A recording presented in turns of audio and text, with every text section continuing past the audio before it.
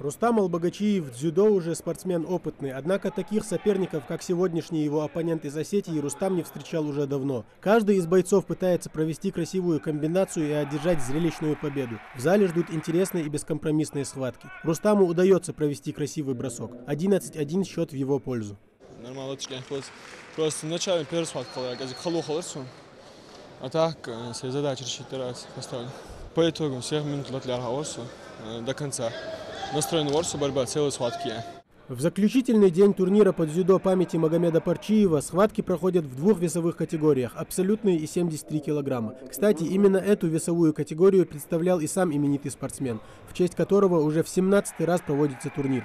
Не столько обидно проиграть сильному сопернику, сколько уступить из-за своей же досадной ошибки. Пожалуй, этим принципом руководствуются все участники турнира. Но провести безупречно всю схватку тоже не всегда выполнимая задача.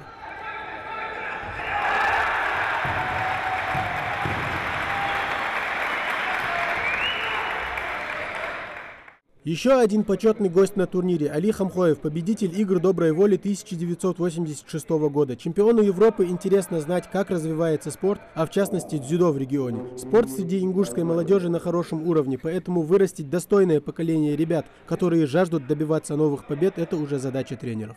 И Магомед Парчиев с нами тренировался, он был в Казахстане, вместе там тренировались. И нам очень приятно, что в честь его уже 17 раз проводится турнир.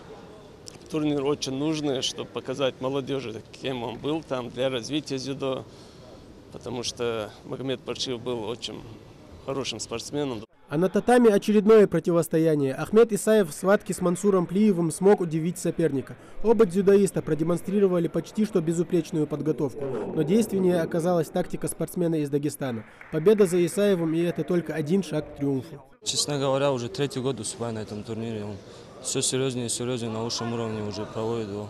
После тяжелейших схваток в весовой категории 73 килограмма в финал выходят Акбар Бейсагуров и Зелимхан Аздоев.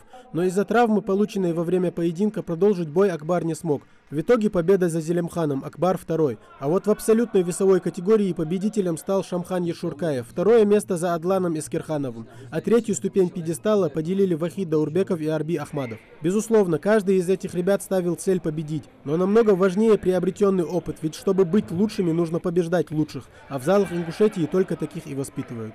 Тамерлан Хамхоев, Рахман Суров, Новости 24.